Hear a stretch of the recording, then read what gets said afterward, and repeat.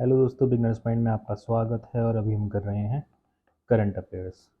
India launch projects under India UN global capacity building initiative to aid global south.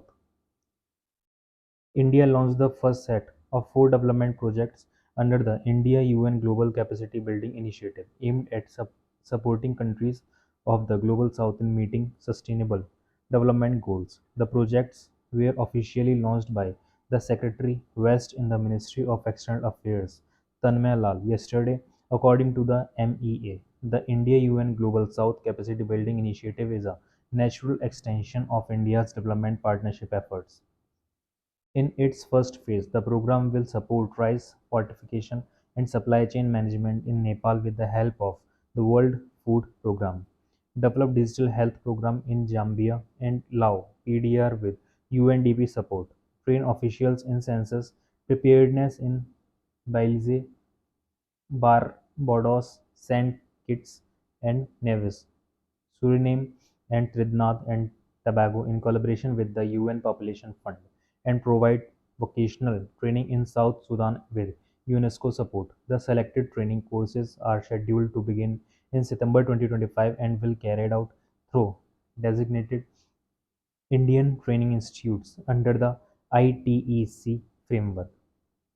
Amrit Udyan to open for public from August 16 to September 14 with free entry. The Amrit Udyan, located within the Rashtrapati Bhavan, will be open the public forum from the 16th of this month to the 14th of next month. The President's Secretariat in a statement informed that the garden will be open from 10 a.m. to 6 p.m. with last entry 5:15 p.m. and will remain closed on Monday for maintenance. Entry is free for everyone. Visitor can book their slot online at visit.rashtrapatibhavan.government.in or offline through self-service kiosk located outside gate number 35. This year, visitors can explore various gardens including the Bal Vatika, Herbal Garden and Central Lawn. Can also experience new features like the Babbling Brook, a meandering water stream with cascades, sculpture spouts. The statement further mentioned that athletes and sportspersons on August 29 and teachers on September 5 will get special access to Amrit Udyan to mark the National Sports Day and Teachers Day, respectively. Visitors can carry mobile phones, electronic keys, purses, handbags, water bottles, baby milk bottles, and umbrellas inside the Udyan. Except for these, no other item will be allowed. Government will not ink any deal at cost of farmers' interest. Agriculture Minister. Union Agriculture and Farmers Welfare Minister Shivraj Singh Chauhan today said the government will not ink any deal at the cost of the interest of farmers of the country. Mr. Chauhan was addressing the state level function at Patna on the occasion of DPT transfer of financial assistance under the PM Kisan Samman Nidhi. The Union Minister said that for the Modi government, the interest of farmers is the topmost priority and it will not be compromised under any condition. Mr. Chauhan said the NDA government is committed to protecting farmers against the distress sale of their produce. So the MAIS scheme has been started. He said it will provide logistics support and transport facilities to farmers so they can access profitable markets to sell their produce. UPI records all-time high in July with 1,947 crore transaction worth to 25.1 lakh crore. UPI payment gateway with green tick. New Delhi, India, 17 June 2023. India's digital payment backbone, Unified Payment Interface (UPI) posted a fresh record in July 2025 with 1,947 crore transactions amounting to a staggering 25.1 lakh crore rupees. The figures mark a robust 35% year-on-year jump in transaction volumes and a 22% increase in value, underscoring the continued dominance of UPI in the digital payments ecosystem. Daily, the average UPI transaction count rose to 62.8 crore, up from 61.3 crore in June. The average daily transaction value also grew, reaching 80,919 crore rupees in July from 80,131 crore rupees the previous month, indicating sustained momentum in consumer and merchant adaptation. Delhi court issues notice to Robert Vadra in money laundering case. A Delhi court has issued a notice to Robert Vadra, husband of Congress MP Priyanka Gandhi Vadra, in connection with the Shikohpur land deal case. The Rouse Avenue Court took cognizance of the charge sheet filed by the Enforcement Directorate (ED) in the high-profile money laundering case and issued notices to a total of 11 individuals, including Vadra. The case will come up for further hearing on August 28. The ED has filed a charge sheet against Vadra and 10 others in a case involving the alleged purchase of 3.53 acres of land in Shikohapur village, Gurugram, through alleged fraudulent means. The investigating agency claims that the proceeds of crime were routed through multiple companies controlled by Vadra. As part of the investigation, the ED has already attached 43 properties linked to Vadra and his company, Skylight Hospitality Private Limited, worth a total of 37.64 crore rupees. The origins of the case trace back to a 2008 FIR filed by the Gurugram police, which alleged that Vadra's company had purchased land from Onkeshwar Properties Limited for 7.5 crore rupees, allegedly using a false declaration. In 2012, the same parcel of land was sold to DLF Limited, a leading real estate firm, for 58 crore rupees, raising concern over the legality and nature of the transaction. India performs record 18,900 transplants in 2023, ranks third globally in organ donation. Health Minister said this.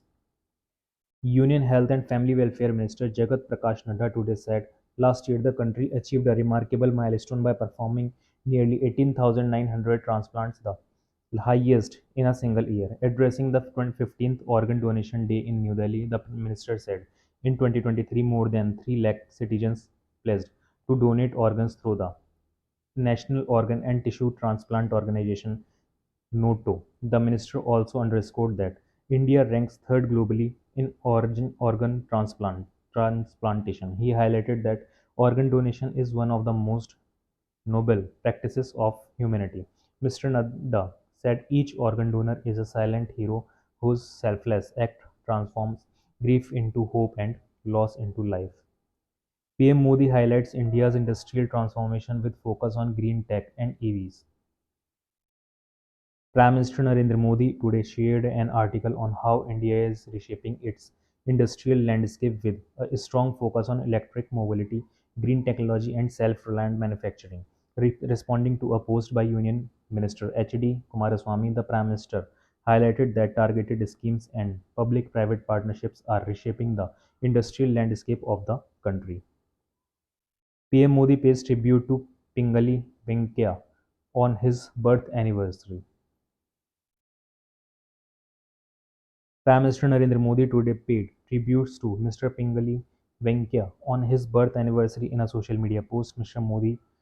Modi said Mr. Venkaiah is remembered for his role in giving India the tricolor, the pride of the country. The Prime Minister urged the countrymen to strengthen the Har Ghar Tiranga movement by flying the tricolor and also asked the citizens to upload their selfies or photos on harghartiranga.com. India receives final batch of Airbus C-295 aircraft ahead of schedule in Spain. India has received the final batch of 16 Airbus C-295 military transport aircraft, marking a significant upgrade to its defense capabilities. The handover took place today in Seville, Spain, with Indian Ambassador Dinesh Patnaik and senior Indian Air Force officials in attendance. The delivery came 2 months ahead of schedule at Airbus Seville assembly line, as confirmed by the Embassy of India in Madrid on X. India ranks second globally in fish production, says Union Minister Rajiv Ranjan Singh. India holds the second rank in the world in fish production, said Union Minister of Fisheries and Animal Husbandry Rajiv Ranjan Singh today at a program in Kolkata. He chaired a meeting with the representatives from West Bengal, Bihar, Jharkhand, Chhattisgarh. Various topics were discussed, including increasing fish production and addressing the obstacles facing the sector. Discussions were also held on PM Matsya Sampada Yojana, Kisan Credit Card, on various other schemes. The minister said there are many ponds in West Bengal, including the rural areas, which can contribute to growing fish production in the state. He informed the media that the fish production has increased by 103% in 2024-25 compared to 2013-14 in India. Minister of State George Kurin was also present. Attempt to flood Indian agri-market with cheap imports foiled, farmers' interest protected. Shivraj Singh Chauhan said this. Union Agriculture Minister Shivraj Singh Chauhan said today that there was an attempt to open the doors of the Indian agriculture market to agricultural products of countries like the USA through cheap exports, but it was foiled. Mr. Chauhan expressed his gratitude to Prime Minister Narendra Modi and the Government of India for this, stating that by prioritizing national interest, the interests of farmers have been protected. The Union Agriculture Minister was addressing an interaction program with farmers at the Bihar Animal Sciences University campus in Patna this evening. He said that the issue of inequality between American and Indian farmers was raised. He added that if the agricultural market had been opened through cheap exports, Indian farmers would have suffered losses. और इसी के साथ current affairs हो जाती है समाप्त.